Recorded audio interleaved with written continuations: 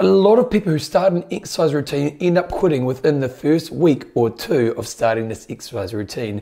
And one of the biggest reasons is they don't think about motivation, and they make massive motivation mistakes when they're trying to bring health and fitness into their life. And today I want to share 4 motivation mistakes that people make when they're trying to bring an exercise habit into their life, so you don't have to quit when you start exercise.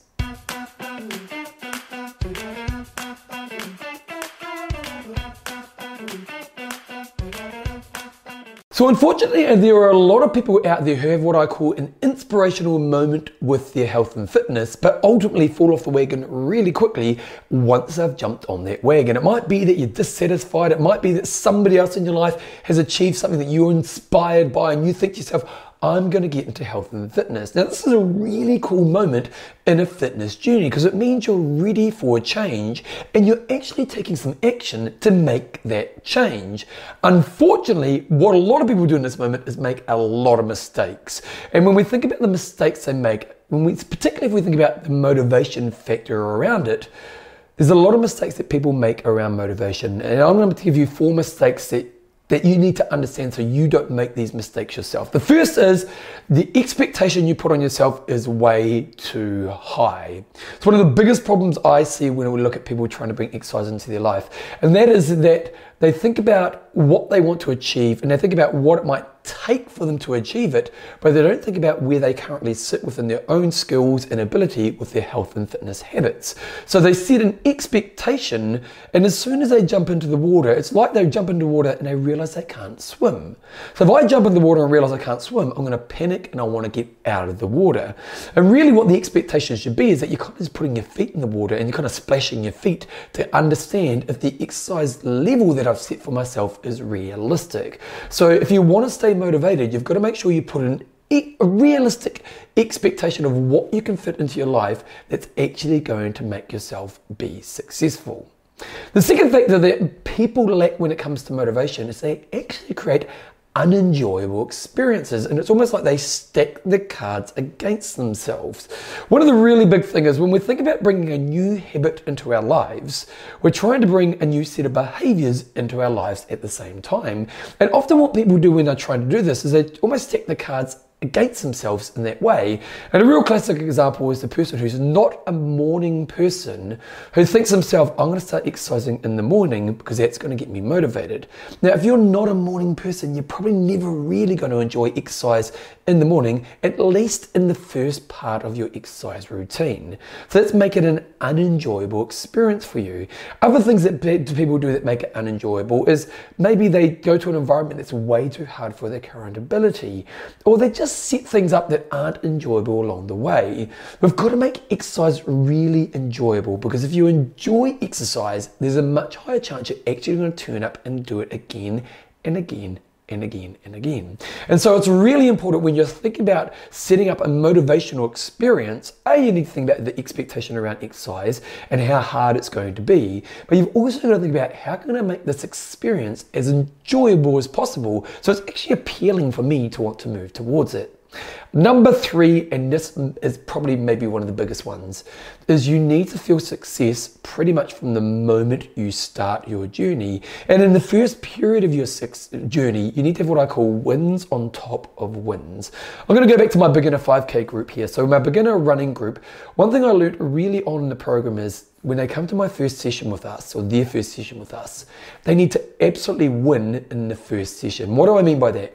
When they walk back to the car at the end of the session, they need to go, oh my God, I did amazing. I'm feeling great about myself. Now, why is this important? Well, we need them to feel emotionally like they've won in that experience, because if they've won in that experience, they realize I can do it again. Whereas if they get back to the car and they go, oh my God, I was a failure. That was so hard. That was uncomfortable, I didn't enjoy it, and I feel like I've failed in that experience, you think they're going to go back? And so it's really important that in this first period, we've got to build wins on top of wins. And this is really important. Like in our 5K program, while I'm trying to get people physically and mentally ready for exercise, one of the most important things is I'm just trying to stack wins on top of wins. So what's the level that's where they can when they first come along? And then as I stretch these people towards their growth, what's the stretch that is realistic that can also make them feel like they are winning? If they keep winning, if they keep going back to the car feeling like they've actually won, they're going to keep turning up. If they feel like they've failed and it's way too hard and unrealistic, they're probably going to quit. And that leads into step number 4, you need to feel progress. Interesting story, I had a mate of mine who's a really fit guy like I am, and he had another mate who was overweight and really was struggling with exercise for his whole life, basically. This guy was in his mid-40s. And he got an exercise kick for about 2 or 3 weeks, and then he jumped on his scales and he hadn't lost any weight, and so he ultimately quit exercise altogether. The problem with this is he'd kind of built a bit of a base habit, but then he fell away from the habit because he didn't see progress in a measure that was important to him. Now, his measure that was important to him was the scales. But it's really important that we actually feel a sense that I am progressing forward in my growth in this area. If you try anything in a new area in your life and you work hard at it for 3 or 4 weeks and you see no progress, well, there's a problem. Because it does become demotivating if you're not actually progressing in that area. Now, one of the problems we've got to be careful of is just putting all our cards in one area. So my mate's friend, he put all his focus on the weight. Like if that scale number does not go low, I feel unmotivated. I think it's a really good strategy in this area to actually have 2 or 3, maybe even 4 or 5 measures that are going to show you that you're progressing in that area. It's not to say jumping on the scales and wanting to see weight loss isn't important. It is.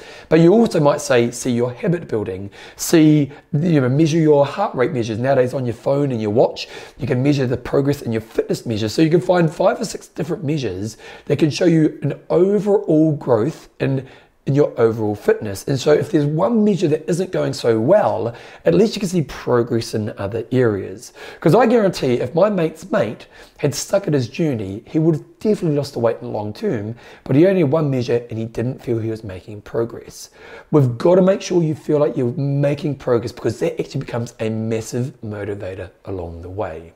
So if you are somebody who starts an exercise habit but ultimately ends up quitting really quickly, you really need to be careful of the motivational things that you need to be aware of along the way. And these 4 strategies are really great strategies to have in place.